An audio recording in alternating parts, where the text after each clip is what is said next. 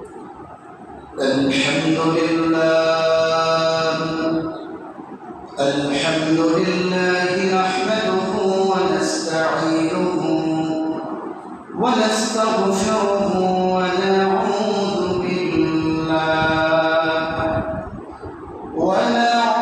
بالله من شرور أنفسنا ومن سيئات أعمالنا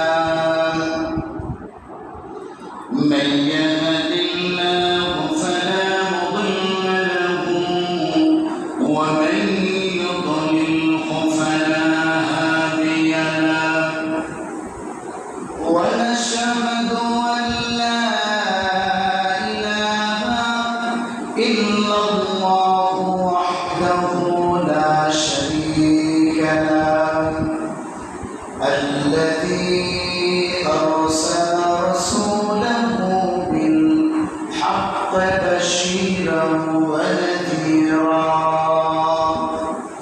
وداعيا إلى الله بإذنه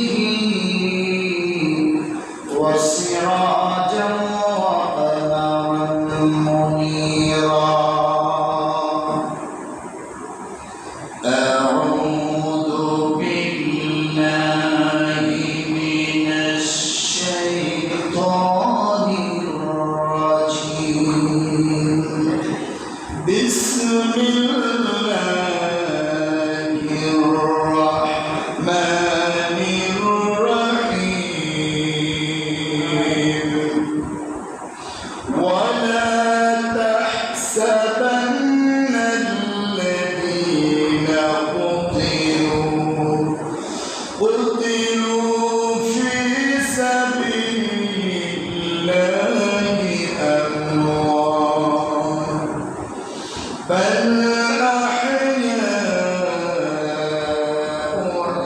عند ربهم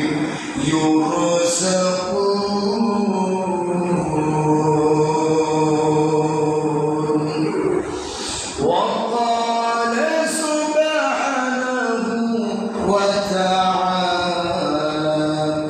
إن الله وملائكته يصلون على النبي يا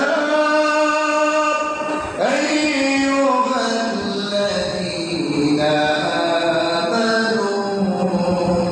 صلوا عليه وسلموا تسليما اللهم صل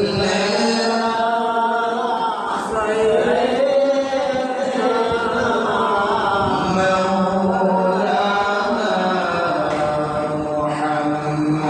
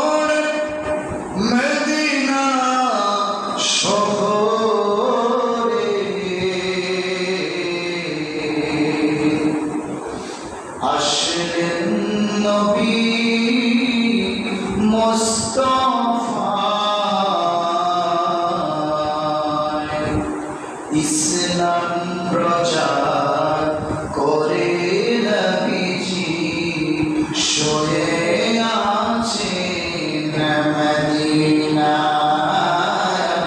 আল্লাহুম্মা সাল্লি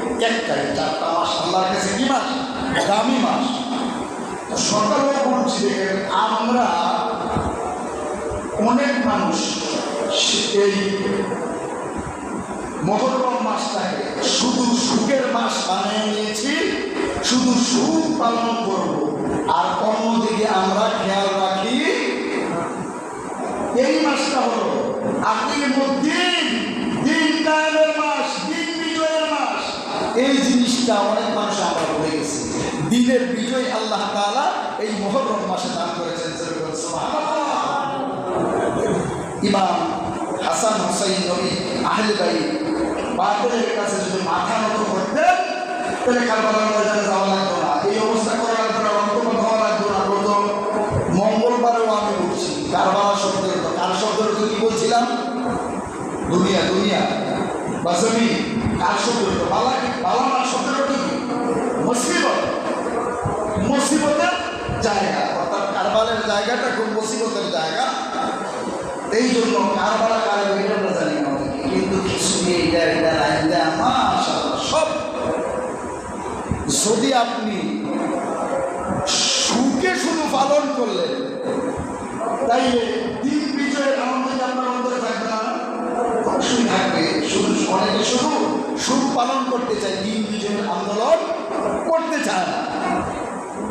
আগের মধ্যে দিন যে জিনিসটা, এটা শ্রেষ্ঠ জিনিস।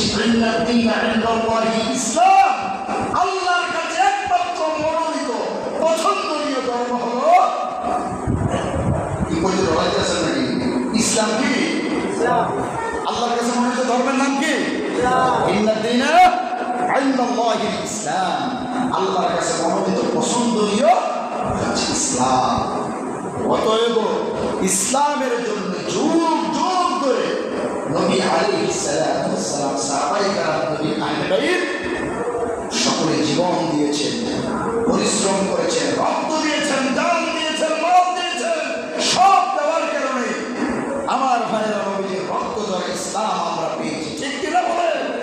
এই ইসলামের জন্য কোনো একটা থাপ্পড় খাওয়া লাগে না, কোনো জায়গায় বেআইনি হওয়া লাগে না। লাগছে যার কারণে ইসলামের বিরুদ্ধে হলে আমার গায়ে, যার কারণে নবীর বিরুদ্ধে হলে আমার গায়ে। কারণ ইসলামের জন্য তো কোনো একটা থাপ্পড় খাইছি না, জীবনে কোনো মাইর খাইছি না, জীবনে একটা কান্না মানুষ জামা শিখছে না। নবী আলাইহিস সালাতু ওয়াস সালাম পাথরের আঘাত সহ্য করেছেন, জামার কাপড় ছিঁড়ে ফেলেছেন, জীবন দিয়েছেন। আমার ভাইয়েরা মাল দিয়েছেন, সম্পদ দিয়েছেন, সব দিয়েছেন, কিন্তু আমরা এই কষ্ট পাই নাই। যার কারণে আমাদের কাছে ইসলামের মূল্যায়ন হয়। রাসূলের সাহাবায়ে কেরামরা রাসূলের মনোনিসৃত বাণী যখনই শুনতেন, তখনই আমার ভাইয়েরা আমল করতেন। সামি'না ওয়া তা'না যখন শুনতেন, তখনই কি করতেন? আমল করতেন। আর আমাদের ব্যবধান হলো আমরা শুনি, আমলের নিয়তে শুনি। আমাদের মসজিদের ধরন একরকম, মসজিদের বাইরে কিছু মানুষ দেখবেন মসজিদের ভিতরে নামাজ পড়ে, বাইরে এত রূঢ়, এত খারাপ ব্যবহার আছে না নাই? তার সংসারিক জীবনে, পারিবারিক জীবনে ব্যবহার একেবারে খারাপ। ঠিক না বেশি আছে না? এরকম আছে না? মসজিদে আমরা যেরকম থাকি, বাইরে যদি এরকম থাকি, মসজিদে যেভাবে কোরআনের কথা শুনতে ভালো লাগে, খুব শান্তি পাই, কান্নাকাটি করি, ইতিহাস শুনি না, কারবালার কথা শুনি না, কারবালার ঘটনা শুনি না, কান্নাকাটি করি। ওই কান্নাকাটিটা, ওই আমলটা, ওই কোরআনের প্রতি, রবের প্রতি ভালোবাসাটা যদি আমাদের 24 ঘন্টা থাকতো মসজিদে, বাহিরে, ঘরে, তাইলে ওই তো জোরে ঠিক না ঠিক। কিন্তু আমরা মসজিদে আইলেই ভালোবাসা কোরআনের প্রতি থাকে, দিনের প্রতি থাকে, মসজিদ থেকে বাইরে ভালোবাসা থাকে। এই জন্য সাহাবায়ে কেরামরা সব সময় রাসূল পাক সাল্লাল্লাহু আলাইহি ওয়াসাল্লামের ভালোবাসা তাদের অন্তরে ছিল। আমার ভাইয়েরা হিজরতের কথা আমার ভাইয়েরা ঘটনা সবাই জানেন। হযরত আবু বকর রাদিয়াল্লাহু তাআলা আনহু বলছে, 6 মাস আগে বলার পরে উনি দাঁড়ায় দাঁড়ায় ঘুমাইছে। শোনা যায় আপনারা ঘটনা? দাঁড়ায় দাঁড়ায় ঘুমাইছে, রাসূল ডাক দিছে, দরজা ওপেন হয়ে গেছে। রাসূল কেমন ভালোবাসতেন, বিছানায় ঘুমাই নাই, দাঁড়ায় দাঁড়ায় ঘুমাইছে। কারণ নবী যদি আইয়া ডাক দেয়, আবু বকর বলে যদি ডাক দেয়, নবীর মনে কষ্ট হয়ে যাবে। আর নবীর মনে যদি কষ্ট হয়ে যায়, আল্লাহ কষ্ট হয়ে যাবে। আর আল্লাহ যদি কষ্ট হয়ে যায়, আল্লাহ কোনো তারা কখনো ছাড়বে? এই জন্য প্রিয় ভাইয়েরা, সাহাবায়ে কেরাম নবীকে এরকমভাবে প্রাণ দিয়ে, জান দিয়ে ভালোবাসতেন। যখন যেই জাহাজের ময়দানে যাওয়ার জন্য, যুদ্ধের ময়দানে যাওয়ার জন্য বলতেন, দৌড়ে চলে যেতেন। আমার নবীও যুদ্ধ করেছেন। আমার নবী মোট 27টি যুদ্ধের সেনাপতি ছিলেন। কয়টি যুদ্ধে? নবী মারপিট না করে সেনাপতি কেমন আছে? আমরা ইসলাম রাখতাম চাই কোন শুধু মসজিদের ভিতরে, মসজিদের ভিতরে রাখলে হবে না। মাহফিলে গেলে স্লোগান দেয়, আল কোরআনের আলো ঘরে ঘরে যাও, আনবই না।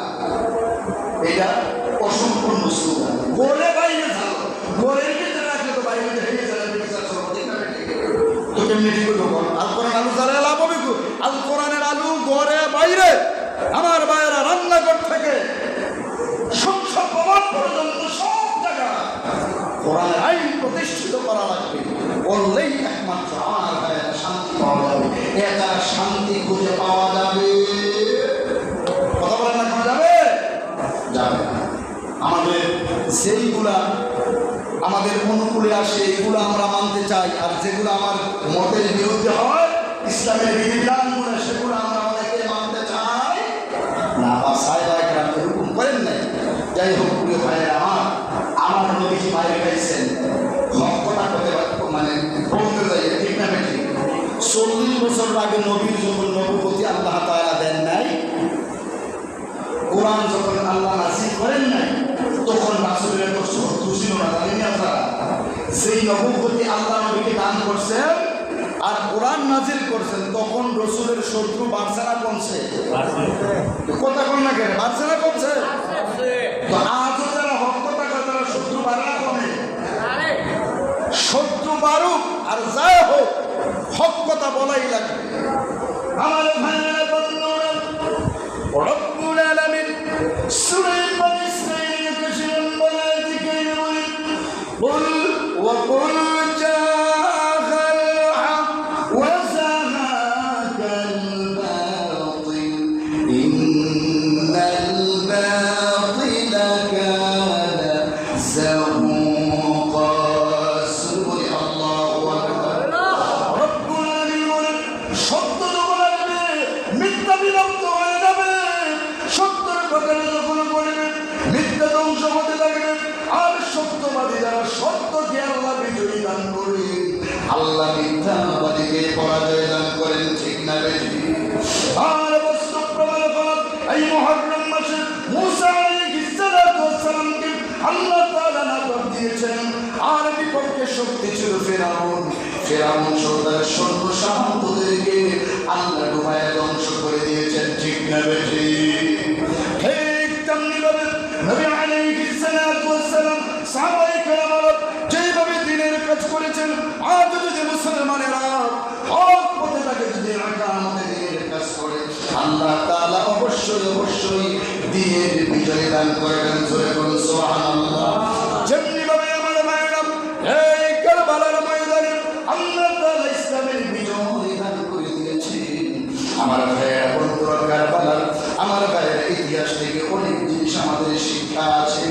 আমার ভাইয়েরা বন্ধুরা, আমার নবীজির দিন একটা মজলিসের ভিতরে বৈশা বলতেন, সাহাবীরা রে, তোমরা তো আমার ভালোবাসো, আমার মহব্বত করো, কিন্তু তোমাদের মধ্য থেকে একজনের সন্তানের হাতে আমার পরিচর্য প্রেম হাসান হুসাইন শাহাদত বরণ করবে। সাহাবায়ে কেরামরা চিন্তিত অবস্থায়, রাসূল কান্নাকার কথা বলছেন, নাম তো বলেন নাই। এবার আমার ভাইয়েরা বন্ধুরা, একজন জায়গায় যদি 10 জন মানুষ থাকে, দর্শনের বিরুদ্ধে যদি কথা বলে, দর্শনে মনে করবে না জানি আমি খুশি, চলে বলেন, ঠিক না বেঠে? সাহাবায়ে কেরামরা এমন ভালোবাসতেন, এমন আনুগত্য আমার নবীজিকে করেছেন।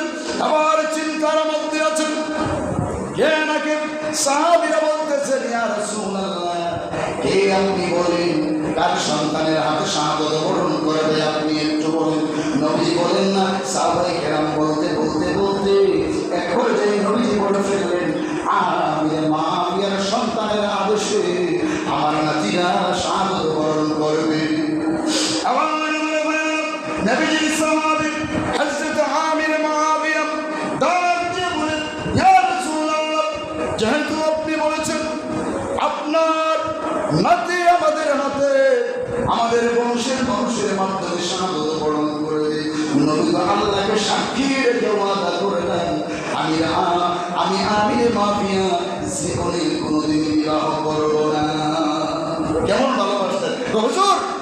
আমার সন্তানের হাতে, আমার বংশের মানুষের হাতে আপনার কলিজার টুকরারা লাঞ্ছিত হবে, শাহাদাত বরণ আমি বিবাহ করব না, ওয়াদা করলাম আমি বিবাহ করব না।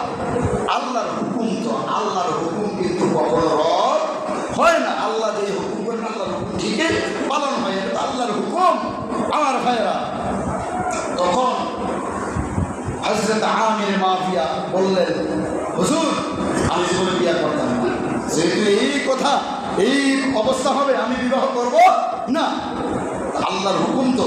তখন আমির মাফিয়া উনি প্রস্রাব করার জন্য গিয়েছেন। মুসলমানেরা আমরা প্রস্রাব যখন করি, আমরা কোনো ব্যবহার করি, যেখানে যে টয়লেটে যখন আমরা ইলা ব্যবহার করি, সেখানে যেখানে যে ভাত পরিষ্কার হওয়ার জন্য, বই পরিষ্কার ভালোভাবে হওয়ার জন্য আমরা করি না। তখন হযরত আমির মাফিয়া রাদিয়াল্লাহু তাআলা আনহু যখন প্রস্রাব করতে গেছেন, যাওয়ার পরে জিরা ব্যবহার করছেন, এখন ব্যবহার করছেন, করার পরে ওদের ভিতরে ইতিহাসের মধ্যে পাওয়া যায় বিষাক্ত একটা পোকা ছিল, ওই পোকাটা আমার লজ্জাস্থানের মধ্যে আঘাত করছে। করার পরে আস্তে আস্তে জিন যায় আর যায়, যন্ত্রণা, ঘুমাইতে পারে না। দেখেন অধিক অসুস্থ যদি হয় মানুষের ঘুম আসে, কোহানি কুতানি খায়, লোকের তারা এত কোহানি কুতানি পরিষ্কার করে এর মধ্যে এরকম আপন ভাই ভাইয়ের কয়, ঠিক না বেঠিক? তো উনি ওনার যন্ত্রণা ভোগ করতেছেন, ডাক্তার কবিরা সব দেখা যাচ্ছে। আর মানুষ যখন নিরুপায় হয়ে যায় তখন যত খারাপ জায়গাও সে যদি বলে যে তুমি একটু উপকার পাইবা বা তোমার রোগটা একটু ভালো হইব, সে খারাপ হয়েও যায়, ভালো ভালো মানুষ চলে যায়, ঠিক না বেশি? তার যখন মন মানসিকতা খারাপ হয়ে যায়, যখন যে না আর কোনো জায়গায় ভালো হয় না, চিকিৎসায় কোনো কাজ হয় না, তখন আর ভালো না খারাপ যাচাই করে না, যে যেখানে হয় পাগল হয়ে হেরে যায়, ঠিক না বেশি? তো বিভিন্ন জায়গায় গেছে গিয়া এই ভালো হয় না, আল্লাহর হুকুম তো। যাওয়ার পরে আমার ভাইরা এই ওনার জ্বালা যন্ত্রণা বন্ধ হয় না, ডাক্তার কবিরাজের কাছে গিয়েছে, ওষুধ খাচ্ছে, কোনো পরিবর্তন হয় না, তারা যন্ত্রণা চলতেছে। তখন আমি মাবিয়া রাসূলের কাছে গিয়ে বলছি, ইয়া রাসূলুল্লাহ, গো আমি এমনি প্রস্তাব করতে গেছিলাম, এমনি ডিয়ালিস পুরো নিয়েছিলাম, নেওয়ার পরে আমার লজ্জাস্থানের মধ্যে বিষাক্ত পোকা কামড় দিচ্ছে, তখন আমি কি করবো? আপনি একটু চিকিৎসা করেন। তখন আল্লাহ তাআলার হুকুম ছাড়া রাসূল জবান লাগতে আমরা নালাই গেলাম, মন মতো হয়ে যাবে, ঠিক আছে? রাসূল আল্লাহ পক্ষ থেকে যখন মহিনা আসতেন ততক্ষণ নবীজি জবান লাগতে, কারণ নবীজি কোনো কিছু বানাইয়া বলতেন না। এবার আল্লাহ হুকুম করলেন, জিবরিলকে পাঠালেন, যে ভাই আমার বন্ধুর কানের করে মুখ লাগায় বলে দাও আমিরে মাবিয়াকে একটা বিবাহ করার জন্য। কি করার জন্য?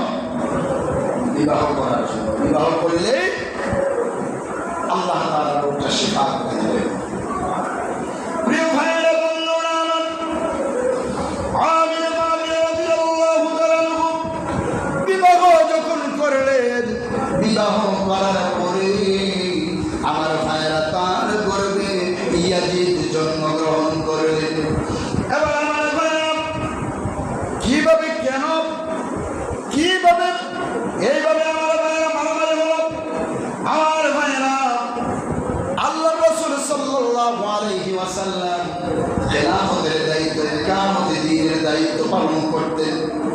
ওই পালন করার পরে এরপরে ওই দায়িত্ব চলে আসলেন আবু বকর রাদিয়াল্লাহু তাআলা আনহুর কাছে। কার কাছে? আবু বকর রাদিয়াল্লাহু তাআলা আনহুর কাছে। ওনার কাছে যখন আসলেন, উনি রাষ্ট্রীয় দায়িত্ব পালন করলেন 2.5 বছর।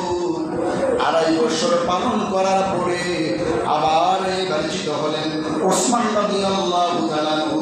ওসমান রাদিয়াল্লাহু তাআলা আনহু চালাইলেন 12.5 বছর। জোরে বলেন, কয় বছর?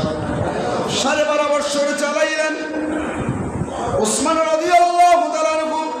12.5 বছর চালানোর পরে এরপরে আবার দায়িত্ব চলে গেল ওমর রাদিয়াল্লাহু তাআলা আনহুর কাছে। ওমর রাদিয়াল্লাহু তাআলা আনহু প্রায় এরকম 12.5-13 বছরের মতো চালাইছে। চালানোর পরে দায়িত্ব চলে গেছে আলী রাদিয়াল্লাহু তাআলা আনহুর কাছে। এরকম ভাবে 2.5 বছর চালাইছে। চালানোর পরে মোট আমার বাইরে নবীর যিনি সাহাবায়ে কেরামরা খেলাফতের দায়িত্ব চালাইছে 30 বছর। জোরে বলেন, কয় বছর? 30 বছর যখন খেলাফতের দায়িত্ব চালাইছে, আলী রাদিয়াল্লাহু তাআলা আনহুর কাছ থেকে চলে গেলেন রাসূলের সাহাবী আমিরে মাবিয়ার কাছে। জোরে বলেন সুবহানাল্লাহ। উনিও দায়িত্ব পালন করেছেন। দায়িত্ব পালন করতে করতে কিছুদিন পালন করার পরে এই দায়িত্ব চলে গেল আমার ভাইয়েরা ওনার সন্তান ইয়াজিদের কাছে। ইয়াজিদের কাছে যখন চলে গেল, ইয়াজিদ বায়াত শুরু করেছে। এবার আমার ভাইয়েরা আমিরে মাবিয়ার কাছে যখন চলে গেছে, রাসূলের কলিজার টুকরা ইমাম হাসান হুসাইন বলছেন, যেহেতু আমাদের চাইতে বয়সে বড়, আমাদের চাইতে মুরব্বী সাহাবী আমিরে মাবিয়াই বায়াত গ্রহণ করেন, আমরা গ্রহণ করাবো না।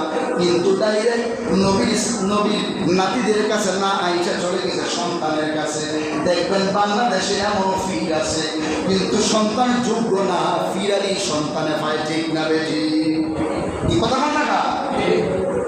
ফির বাংলাদেশে সে আলেম, তার ছেলেরা কোনো আলেম না, সাধারণ মানুষ, এমনি যারা শিক্ষিত অল্প লেখাপড়া।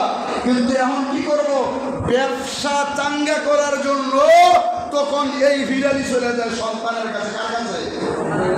সত্য বেশি কথা বেশি চলে যায় না?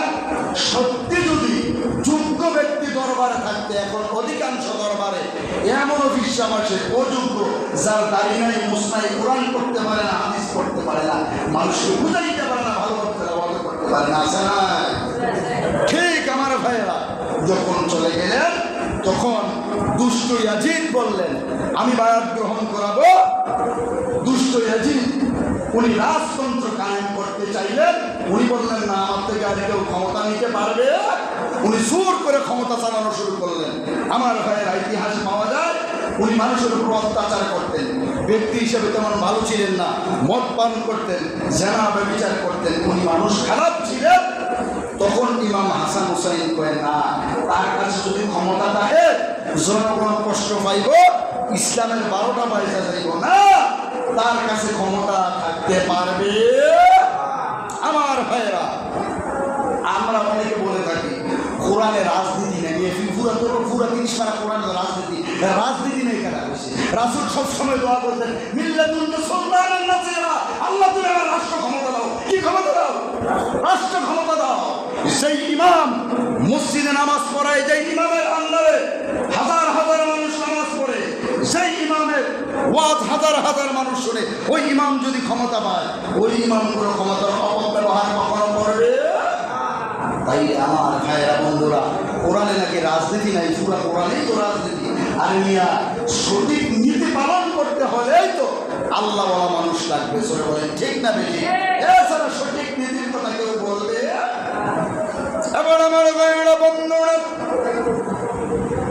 ইমাম হাসান রাদিয়াল্লাহু তাআলার শাহাদাতের এই ঘটনা গত মঙ্গলবারে বলেছি। ইমাম হুসাইনের শাহাদাতের ঘটনাটা অল্প করে কাটছাঁট করে আমি আপনাদের সামনে তুলে ধরতে চাই।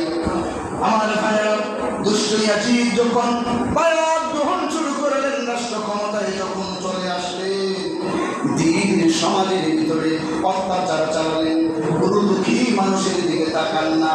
আমার ভাইয়েরা বন্ধুরা, তারা মন করা সব আইন সে চালাইতেছে। তখন ইমাম হুসাইন বলে, এটা হতে পারে না, আল্লাহর বিধান অনুযায়ী আমার নানার রক্ত দ্বারা ইসলামের বিরুদ্ধে সে কাজ করবে, এটা কখনো হতে পারে না। আবার আমাদের ভাইয়েরা কুফার থেকে 8000 চিঠি পাঠালেন ইমাম হুসাইনের কাছে কুফার দিকে যাওয়ার জন্য, কুফারে গিয়ে বায়াত গ্রহণ করানোর জন্য, অর্থাৎ ওনাকে ফাঁকি দিয়ে ওনাকে বিদায় করে দেওয়ার জন্য চিঠিগুলা পাঠাইছে। যখন চিঠিগুলা পাঠাইছে, আবার মুসলিম ইবনে আকিল ডাক দেয়া বলে, ইমাম হুসাইন নবীর কলিজার টুকরা, আপনি যাইয়েন না, আগে আমি একটু যাইয়া দিয়ে অবস্থা কেমন, যদি ভালো হয়, ইসলামের অনুকূলে থাকে, তাহলে আপনাকে আমি খবর দেবো না, হয়তো আপনাকে মেরে ফেলবে। আবার ইমাম হুসাইন থেকে বলেন, দুনিয়া থেকে বিদায় হয়ে গেলে যাবো, দিনের জন্য বিদায় হয়ে গেলে আল্লাহর জান্নাত পেয়ে যাবো। দিনের জন্য আমরা বিদায় হতে আমরা ভয় করি না। এই দুনিয়ার মানুষ জীবন দিতে ভয় করে, কিন্তু দেখেন নবীর কলিজার টুকরা জীবন দিতে ভয় করার, জীবন দিতে চাইতে চাই, ঠিক না বেশি? আজ যারা কোরআনের পক্ষে থাকে, হকের পক্ষে আছে, দিনের পক্ষে যারা আছে, একামতে দিনের পক্ষে যারা আছে, আপন আপন জীবন দিতে রাজি। আমার ভাইরা মাথা মতো করতে রাজি না, ঠিক না বেশি? প্রিয় ভাইরা বন্ধুরা আমার, আবার ইমাম হুসাইন বলে না, যাওয়ার দরকার নাই, আমি যাবো। মুসলিম বলে, হুজুর আপনি নবীর কলিজার টুকরা, আপনি যায় না, আমি আগে দেখি পরিদর্শন করে আসি। আবার মুসলিম আকিল চলে গেলেন। আমার ভাইয়েরা, যখন এই শুরু হয়, যুদ্ধটা শুরু হয়, আমার ভাইয়েরা, ওই দিনটা ছিল জিলহজ মাসের 8 তারিখ। শুরু বলেন কয় তারিখ? জিলহজ মাসের 8 তারিখ। আমার ভাইয়েরা বন্ধুরা, শুরু হয়ে গেছে। এবার আমার ভাইয়েরা 10 মুহররম পর্যন্ত অর্থাৎ 1 মাস 2 দিন যুদ্ধ করেছেন। সুবহান সুবহানাল্লাহ। আবার আমাদের ভাই মুসলিম ইবনে আকিল কোথায় ঘুরে ঘুরে দেখলেন না মোটামুটি হুসাইনের পক্ষে কথা বলেন, মিথ্যা অভিনয় করে হুসাইনের পক্ষে কথা বলছে কুফার মানুষ। আবার মুসলিম ইবনে আকিল খবর পাঠাইলেন, ইমাম হুসাইনকে খবর পাঠালেন যে আপনারা চলে আসুন, আয়াত গ্রহণ করার জন্য চলে আসুন। আমার ভাইয়েরা 8000 চিঠি পাঠাইছে, পাঠানোর পরে উনি যাইতে চাইছে। মুসলিম ইবনে আকিল কয় না না, আপনি আগে যাওয়ার দরকার নাই, আমরা আগে যাই, আমি আগে যাই, দেখে আসি এই এলাকার পরিস্থিতি কেমন। উনি গিয়ে সব কিছু বুঝে বললেন আপনি আসুন। আমার ভাইয়েরা মুসলিম ইবনে আকিল যখন বললেন, বলার পরে ইমাম হুসাইন রাদিয়াল্লাহু তাআলা 70 জনের কাফেলা লইয়া কুফার দিকে রওনা হইলেন। 70 জন থেকে 40 জন ছিলেন পুরুষ আর 32 জন ছিলেন নারী আর শিশু। দেখেন নারীরা পর্যন্ত নবীর আহলে বাইতকে, নবীর কলিজার টুকরাকে কেমন ভালোবাসতে। আমার ভাইয়েরা আবার 72 জনের সৈন্য নিয়ে কুফার দিকে রওনা হইলেন। হওয়ার পরে ইয়াজিদের কাছে ঘটনা চলে গেল। তখন আমার ভাইয়েরা বন্ধুরা ওই খবর যখন চলে গেল যে ইমাম হুসাইন এসেছে, এবার আমার ভাইয়েরা ইয়াজিদ বললে আমার ভাইয়েরা এই ইসলামের দাওয়াত নিয়ে কে আগে এসেছে। এবার ওবাইদুল্লাহ বিন জিয়াদ ছিলেন কুফার গভর্নর। এবার ওনাকে ইয়াজিদ বললেন, ইয়া ওবাইদুল্লাহ কে দাওয়াত নিয়ে এসেছে? খবর নিলেন মুসলিম বিনাকে দাওয়াত নিয়ে এসেছে আগে। আবার ইয়াজিদ হুকুম করলেন, এই ওবাইদুল্লাহ এই যে ইসলামের দাওয়াত নিয়ে আসলেন মুসলিম বিন আকিল, তাকে কতল করো, জবাই করো। কি করো? জবাই করো। এই শুরু হইল। আবার আমার ভাইয়েরা বন্ধুরা মুসলিম বিন আকিলকে যখন জবাই করলেন, এই ঘটনা যখন ইমাম হুসাইনের কানে চলে আসলো, ইমাম হুসাইন দিকে বলেন এখন আর বসে থাকা যায় না, এখন আমাদের কার্যক্রম শুরু করতে হবে।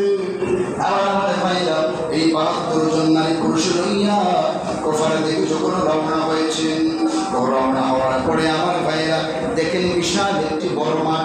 এবার ইমাম হুসাইন বলে আমার মা তো বলছেন কুফার দিকে যখন রওনা হবে ওই কুফার পার্শ্বে যে মাঠটার ভিতরে যাইবা, ওই মাঠের ভিতরে এই ঘটনা হবে। আমার মায়ের কথার সাথে ভবিষ্যৎবাণীর সাথে মিলে গেছে। ওই এখানেই আমাদের রক্তপাত করবে, এখানে আল্লাহর রাস্তায় জীবন দেওয়া লাগবে। এবার উনি বললেন যাও জঙ্গলের ভিতরে যাও, যাইয়া গাছ কাইটা আনো, আমাদের তো থাকার জায়গা নাই, তাবু গাড়াইতে হবে, আমরা থাকতে হবে। আমার ভাইয়েরা বন্ধুরা কত কষ্ট করেছেন নবীর সাহাবাই কেরামরা। আমার ভাইয়েরা তাবুর ভিতরে থেকে মেঘ বৃষ্টির ভিতরে তুফানের ভিতরে থাকে ইসলামের দাওয়াত দিয়েছেন, ঠিক না বেশি? আমরা তো কত সুখ শান্তি, এত কষ্ট করা লাগে নাই, পরিশ্রম করা লাগে নাই, শান্তিতে শুধু ইসলামের দাওয়াত দিয়েছি। যার কারণে ইসলামের বিরুদ্ধে বললে, কোরআনের বিরুদ্ধে বললে আমাদের গায়ে লাগে না, ঠিক না বেশি? প্রিয় ভাইয়েরা বন্ধুরা আমার তাবু গাড়ানোর উপরে আবার ওবাইদুল্লাহ বিন জিয়াদকে বলে নিয়েছে, হুসাইন কি এসেছে, সবগুলাকে গ্রেফতার করো। আবার আমার ভাইয়েরা বন্ধুরা যখন আদেশ দিয়া দেবেন, আদেশ দেওয়ার পরে আমার ভাইয়েরা মুসলমানদের তাবু গাড়ানো শেষ, তখন মুসলমান সৈন্যরা ডেকে বলে ও ইমাম আমরা যখন ওই গাছ কাটার জন্য গিয়েছি, ওই গাছের গোড়া থেকে জঙ্গলের ভিতরে শুধু শোনা যায় হায় হাসান হায় হোসাইন, শুধু আওয়াজ শোনা যায়, আওয়াজ শোনা যায়। আবার ইমাম হুসাইন ডেকে বলে তাইলে বোঝা গেছে আল্লাহর হুকুম এই ময়দানে আমাদেরকে শাহাদাত বরণ করবে, আমরা আমাদের স্থানে ফিরে যাইতে পারবো না, এই জায়গায় আমাদেরকে শাহাদাত বরণ করা লাগবে। এবার আমার ভাইয়েরা বন্ধুরা যুদ্ধের জন্য আস্তে আস্তে করে প্রস্তুত হচ্ছেন। আবার আমার ভাইয়েরা নবীর সাহাবীরা, আমার ভাইয়েরা এদের সৈন্যদের সঙ্গে আমার ভাইয়েরা তাদের সৈন্য ছিলেন, লিডার ছিলেন উমর বছর, উবাইদুল্লাহ বিন জিয়াদ, এরকমকারী আরো অসংখ্য লিডার ছিলেন। তাদের সঙ্গে আমার ভাইয়েরা যুদ্ধ করার জন্য যাচ্ছেন। আমার ভাইয়েরা লম্বা করে পরে দেখি হবে একজন একজন করে তাঁবু থেকে যাচ্ছে।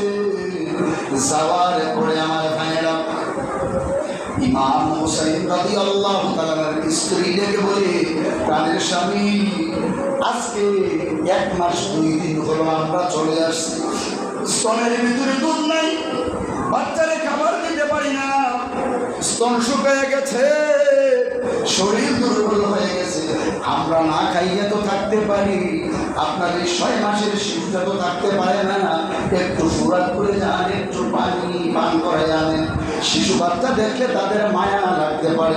ইমাম হুসাইন দেখে বলে, বিবি রে, আমি তাদের কাছে যাইতে পারবো না, ইসলাম কখনো পরাজয় বরণ করতে পারে না, এটা আমি মেনে নিতে পারবো না, আমি তাদের কাছে নত হইতে পারবো না। আপনি নত হওয়া লাগবে না, আমাদেরকে যদিও না দেয়, শিশু বাচ্চাটারা দেখলে পানি দিতে পারে। এবার আমার ভাইরা কিছু কিছু মানুষ দেখবে সব জায়গায় রাজা, স্ত্রীর কাছে আইলে শেষ, এমন মানুষ আছে না নাই? আছে না? আছে না? সব জায়গায় বিচার আচার করে বউর কাছে আইলে বিলের মতো হয়ে থাকুন লাগে। জোরে বলেন ঠিক না বেশি? হুজুর বিলের মতো ধারণা কি কম হয়ে গেছে, না পারাম ছাড়তাম, না পারাম তাই করতাম, ইজ্জতের বয়ে তাই কাছে বিলে তাই এমন আছে না? আমার ভাইরা ইমাম হোসেন রাদিয়াল্লাহু আনহু তো ওনার স্ত্রীর কথা অনুযায়ী বারবার জন্য রিকোয়েস্ট করতেছেন, লইয়া গেছেন। তো গিয়া ফুরাত কুলের পাশে যখন দাঁড়াইছে, দিয়া ওই সৈন্যরা, ইয়াজিদের সৈন্যরা দাঁড়িয়ে আছেন, দাঁড়িয়ে থাকার পর ইয়াজিদ সৈন্যরা আমার ভাইরা 3 লইয়া দাঁড়ায় রয়েছে। তখন ইমাম হুসাইন বলছে, আমরা তো বয়স্ক মানুষ, আমাদের পানি দাও নাই, কোনো সমস্যা নাই, আমার যে 6 মাসের শিশু আলী আজকাল আছে, তারা একটু পানি দাও, তার গলাটা একটু ভিজায় দাও। এই কথা কইতে দেরি, কয় আবার তোমরা তোমার শিশু পানি দেব, তোমার আর তোমার বাচ্চার জানলে যাইতে পারবি না, এই চিন্তা করো। এবার ইয়াজিদের সৈন্যরা ইমাম হুসাইন বরাবর একটা তীর মারলেন। ওই তীরটা ইমাম হুসাইনের গায়ে না লাইগা আলী আসগারের বুক দিয়ে ঢুকছে, ফিট দিয়া বাহির হয়ে গেছে। ইমাম হুসাইনের আমার ভাইয়েরা পুরা শরীর ফিট মেরে রক্ত ছুটছে, তো এদিক দিয়ে ঢুকছে, পিঠ দিয়ে বাহির হয়েছে, তো ওনার মুখ শরীর সব রক্তে রক্তাক্ত হয়ে গেছে। তুমি মনে মনে ভাবতেছে, আমি চাইছিলাম না আসার জন্য, আমার বিবি আমার ফাটাইছে, যাকে এখন আর বসে থাকা যায় না, এখন ভালোভাবে যুদ্ধ করতে হইব, মুসলমানদের বিজয় হওয়া লাগবে। এবার আমার ভাই না, উনি তাবুর ভিতরে আসলেন, আসার পরে দেখে বললেন, আমি নিষেধ করেছিলাম বাচ্চাকে দেওয়ার জন্য, বারবার বলার কারণে নিয়ে গেছি, বিবিরে এমন পানি পান করাই আনছি, এই দুনিয়ার ভিতরে আমার এই 6 মাসের শিশু আলী আসগার আর কোনোদিন পানি পান করবে না। ইমাম হুসাইন কান্দে, সন্তান শিশু সন্তান পানির জন্য বিদায় হয়ে গেছে। আবার আমার ভাইয়েরা ইমাম হুসাইন এই শিশু সন্তানের দিকে তাকাইয়া ডেকে বলে, বাবা আলী আসগার, যেই পানির জন্য তুমি এই দুনিয়া থেকে বিদায় হইলা, শাহাদাত বরণ করলা, এই আলী আসগার, আমি ওয়াদা দিলাম ওই কঠিন হাসরের ময়দানে আমার নানার হাতের হাউজে কাউসারের পানি জান্নাতের ভিতরে তুমি পান করবে। জোরে বলুন সুবহানাল্লাহ। এবার আমার ভাইয়েরা লম্বা ঘটনা, এবার নবীজি আমার ভাইয়েরা একজন সাহাবী ছিলেন আব্দুল ওয়াহাবের মা ডেকে বলে, তার বোন থেকে আব্দুল ওয়াহাব রে, তাড়াতাড়ি করে চইলা যা, নবীর পরিবারের ধ্বংস হয়ে যাচ্ছে, শাহাদাত বরণ করতেছে, যা যা যা যা, ইসলামের বিজয় যতক্ষণ না আসবে ফুরাত কুল ছেড়ে আসবে না। আবার ফুরাত কুলে চলে গেছেন, যুদ্ধ করে অসংখ্য গৃহীত কাফেরকে জাহান্নামে পাঠাইয়া, ইয়াজিদ সৈন্যকে জাহান্নামে পাঠাইয়া আবার তাবর ভিতরে আসলেন। আবার আব্দুল ওহাবের মা ডেকে বলে, এই আব্দুল ওহাব, ফুরাতকুল কি মুসলমানদের হাতে এসেছে না? কয় না, তার বিবির কথা মনে হয়ে গেছে, এই জন্য তাবুর মধ্যে এসে গেছে। আবার আব্দুল ওহাব ডেকে বলে, দেখেন কেমন ভালোবাসা ছিল নবীর নাতিদের প্রতি, নবীর সাহাবায়ে কেরামের প্রতি, কেমন ভালোবাসা দ্বীনের প্রতি তাদের কেমন ভালোবাসা ছিল। এবার আব্দুল ওহাবের মা ডেকে বলে, ওহাব রে, যতক্ষণ না ফুরাতকুল মুসলমানদের অনুকূলে না আসবে, প্রয়োজনে জীবন দিয়া দিবে, তারপরে ভিতরে ফিরে আসবে। আবার আমার আব্দুল ওহাব আরো অসংখ্য গৃহীত ইয়াজিদ সৈন্যকে জাহান্নামে পাঠাইয়া আব্দুল ওহাব ওই ফুরাতকুলে শাহাদত বরণ করলেন। এই ঘটনা যখন তারপর ভিতরে আসলেন, আবার আব্দুল ওহাবের মা প্রতিবন্ধী মানুষ ছিলেন, ওনার কাছে যখন ঘটনাটা চলে আসলো, উনি ডেকে বললেন, কে রে, আমার সন্তানকে কে দুনিয়া থেকে বিদায় করলি? আমি তাকে দেখবো, তার কলিজাটা বেঁচে বাইরে খাবো। বৃদ্ধ মানুষ কেমন ভালোবাসা ছিল দেখেন, ঘোড়ার উপরে সাওয়ারি করিয়া যুদ্ধের ময়দানে যাইয়া তলোয়ার ঘুরাইয়া আর ভাইরা বন্ধুরা শত শত কাফেরকে জাহান্নামে পাঠাইয়া আব্দুল ওহাবের মাও ওই জায়গায় শাহাদত বরণ করলেন। সুবহানাল্লাহ। কিতাবের মধ্যে দেখা যায় ইয়াজিদের সৈন্য ছিল 4000, জোরে বলেন কয় হাজার? আর মুসলমানদের সৈন্য ছিল 72 জন, জোরে বলেন কয়জন? 72 জন বেশি না 4000 বেশি? 4000 মানুষ যদি 72 জন ফারাইয়া যায়, 72 জন থাকবো, ফারাইয়া গেলে তো মরে যাবে। একটা করে ভাড়া দিলে মরে যেত না? 4000 মানুষ যদি এমনি দৌড়াইও যায়, 72 জন মানুষ করলে বললো তো এমনি মরে যায়। দেখেন না, তাওয়াফ যখন করে, তাওয়াফের সময় বৃদ্ধ যদি কোনো মানুষ করে তাহলে ফারা ছড়ে সে দুনিয়া থেকে বিদায় হয়ে যায়। হজ করতে গেলে শোনেন নাই আপনারা? শোনেন না? অনেক মানুষ, আর আমরা তো পেয়ে গেছি, হজ করতাম যাই কুম্বালা, লান্ডুরা জন হইয়া সারি যত আকাশ কুকাশ কুকর্ম কইরা বালা বানার লেগে লাস্টে হজ করার জন্য যায়। ঠিক না? আগে যে বয়স থাকতে যান না কে কোথাও হয় সপ্তাহকে অঙ্কি মিশা কথা না করে পারাম, অঙ্কে এটা না করে পারাম, অন হেঁটে করে না পারাম, একবারে যায়। ঠিক না? এই চিন্তা যখন অনেকের আছে না। আবার আমার ভাইয়েরা বন্ধুরা, 4000 সৈন্য, মুসলমানদের 72 জন। আবার আমার ভাইয়েরা অনেক সৈন্য, আমার ভাইয়েরা শাহাদত বরণ করেছেন। সংক্ষেপ করে বলছি, ফুল ঘটনার সময়ের কারণে বলা যাবে না। প্রিয় ভাইয়েরা বন্ধুরা, এবার শাহাদতের ঘটনা যখন চলে আসলেন ইমাম হুসাইনের কাছে, ইমাম হুসাইন বললেন, এবার আমি ছাড়া অল্প কিছু নারী আছে, অল্প কিছু বাচ্চা আছে, এবার আমি যেতে হবে লাস্ট পর্যায়ে, শেষ পর্যায়ে প্রায় চলে আসছে, এবার আমি হুসাইনকে যেতে হবে।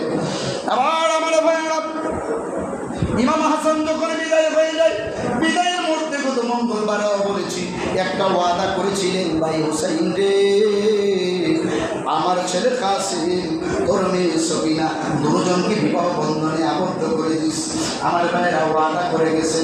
আবার আমার ভাইয়েরা সকলে সম্মিলিত হইয়া আবার আমার ভাইয়েরা বিবাহ বন্ধনে আবদ্ধ হইলে, আবার সবিনা ডেকে বলে, প্রাণের স্বামী, এখন তো বিবাহ হয়েছে, এখন যুদ্ধের ময়দানে চলে যান।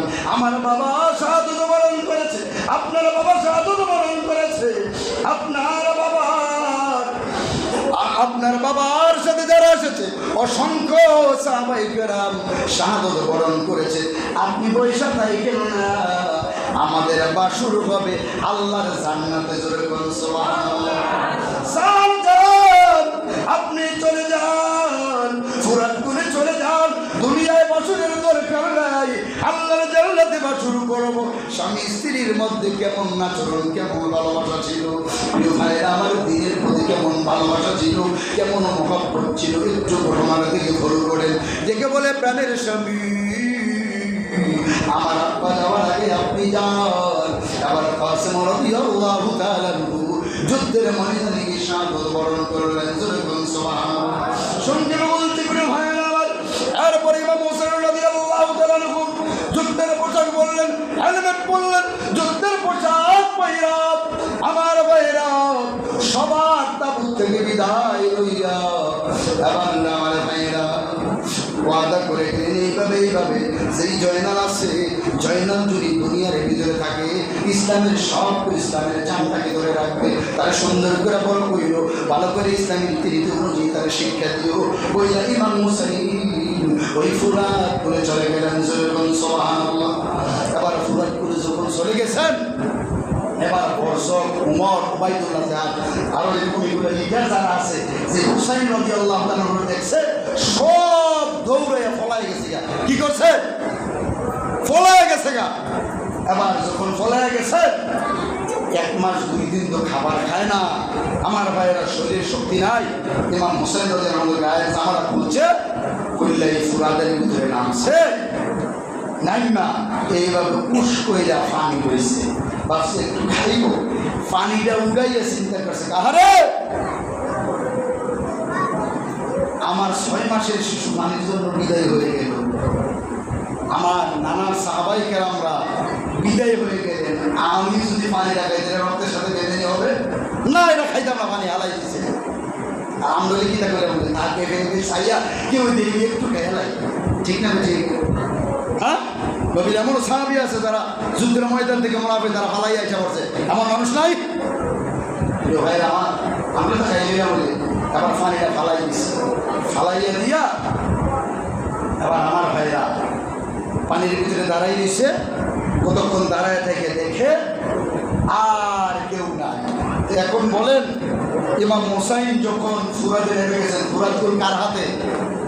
মুসলমানদের হাতে। কার হাতে? মুসলমানদের বিজয়, মুসলমানদের হাতে চলে আসলো। আবার উনি একটু উপরে উঠলেন, উঠার পরে ইয়াজিদ বললেন যে এই হুসাইনের শিক্ষাই না দিতে পারবা, তারে পুরস্কৃত করা হইল। এবার উমর কইতে আছে, কারণ আমার পুরস্কারও লাগতো না, হুসাইন কিন্তু খুব বীর সেনানী, হে এমনি হয়তো বা বইয়া রয়েছে, আমি গেলে ভাল দিয়ে যদি উড়াইয়া ধরে তাইলে সুরন সম্ভব না। কিছু কিছু মানুষ দেখেন এখনো বর্তমানে মরার আচরণ ডরায়, বলে ঠিক না বেশি বাপ মরছে ফুটে রাইতে বইয়া থাকতো না, কি লাশে উড়ে ধরে লাগে, ঠিক না বেশি? হুজুরে বাড়া কইরা এই আখাউড়া যখন একটা লোক মারা গেল, পাইলট একজন মারা গেল, তো আমার ভাইয়ের মহল্লা, তো আমার বাইরে কইছে হুজুর আপনার 3000 টাকা দেবো, আপনি রাত্রা পাহারা দেন।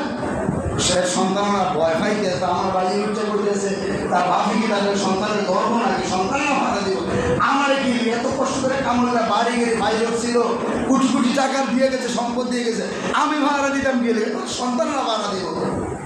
অবস্থাটা দেখছেন নি কেমন? হুজুর দিয়ে ভাড়া দিতে, সন্তান ভাড়া দিত, হের চিন্তা হয়েছে মুহূর্তে উঠে নিয়ে ধরে। এবার এরকম ভাবে উমর করে না উঠেও যদি ধরে তো সম্ভব না। এবার আমার ভাইয়েরা সীমার সাহসী মানুষ ছিলেন, সীমার কই ঠিক আছে আমি পুরস্কার গ্রহণ করাম, দৌড়ে আইছে।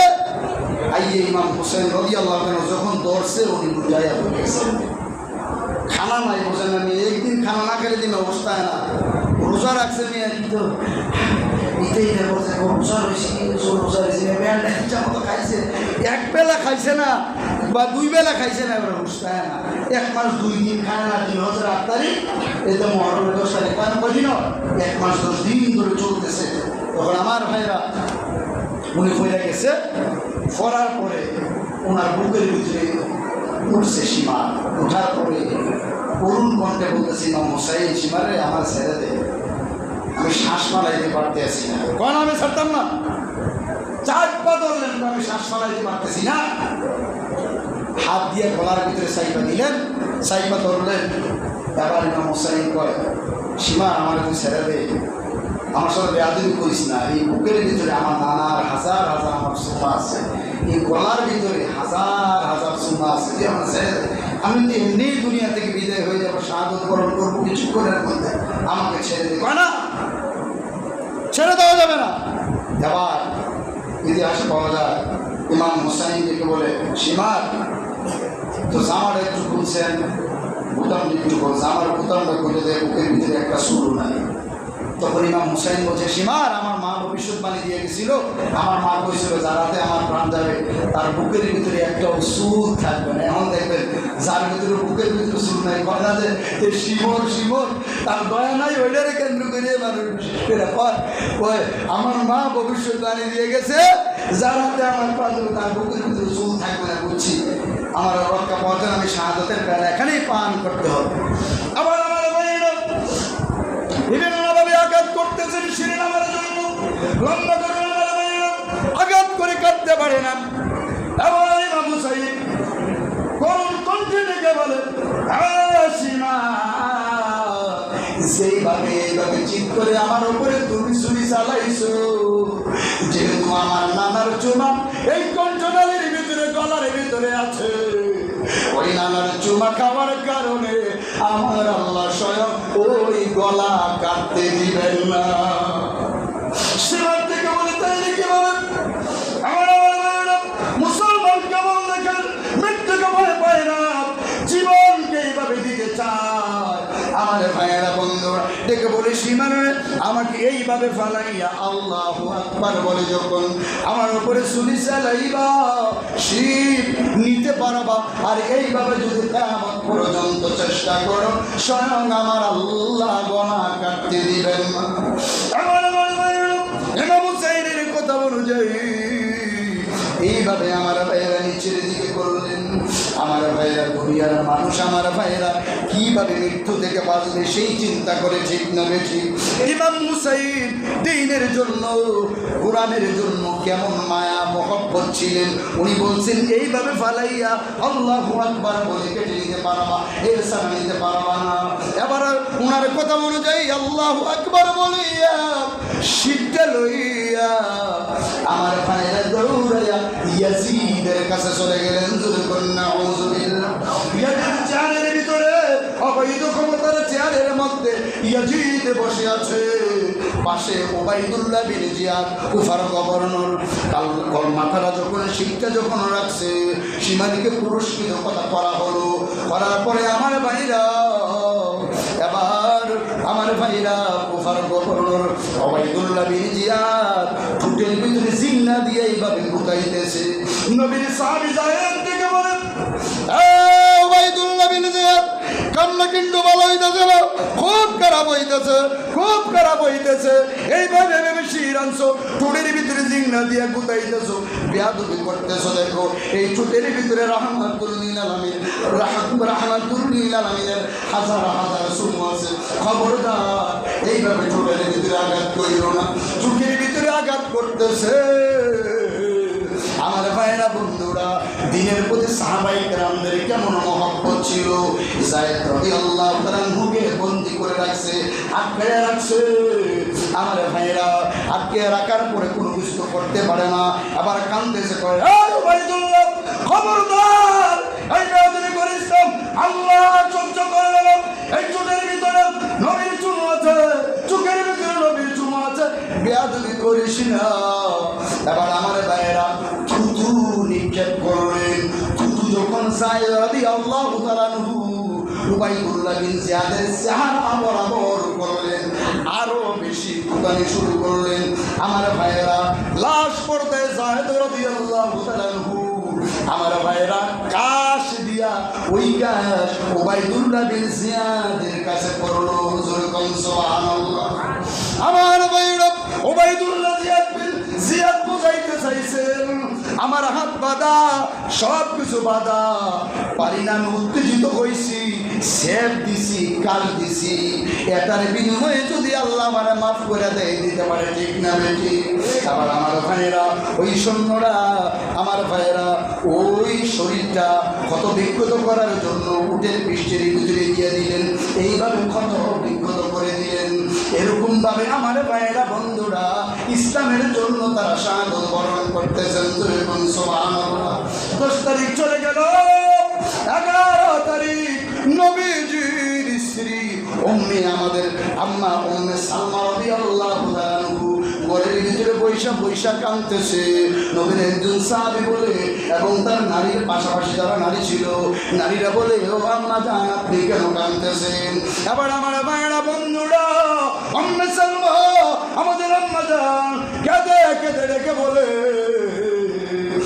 রাতে আমার ঘুম হয় নাই। আমার স্বামী রহমতুল লিল আলামিন দেখি উস্কো চেহারা, কেমন চিন্তিত অবস্থায়। আমি ডেকে বললাম, ইয়া রাসূলুল্লাহ, আপনার এই অবস্থা কেন? আবার উম্মে সালমাকে আমার নবী ডেকে বলে, বিবি রে, গতকালকে আমি নবী কারবালার ময়দানে ছিলাম।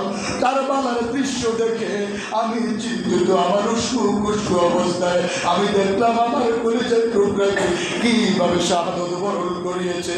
এই দৃশ্য দেখে আমি চিন্তিত। যখন সুবহানাল্লাহ।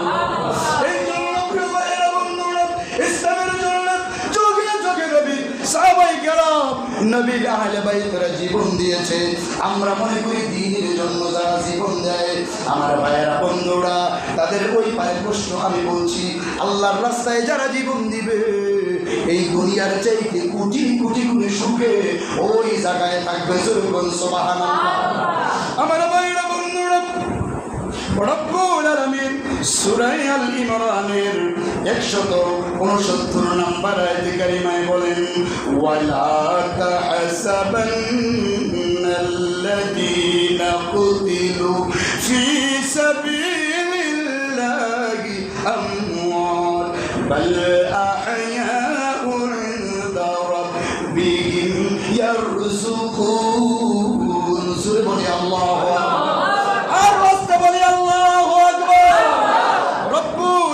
বলেন, ওয়ালা তাহসাবান্নাল্লাযীনা কুতিলু ফি সাবিলিল্লাহি আমওয়াত, যারা দ্বীনের রাস্তায় মরে যায়, জীবন দিয়ে দেয়, তাদেরকে তোমরা মৃত বইলো না।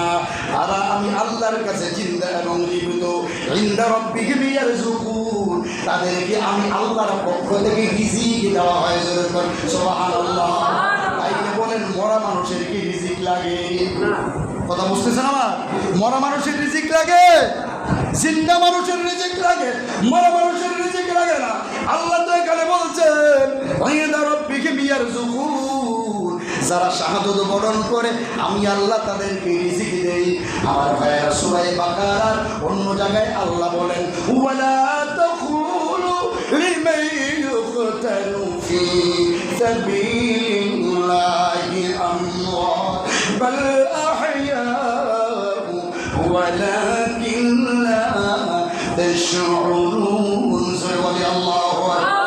আমার রাস্তায় ওয়ালা তাকুলু লিমান ইউকতালু ফি সাবিলিল্লাহি আমওয়াত, আমার রাস্তায় যারা জীবন দেয় তাদেরকে তোমরা মৃত বলো না।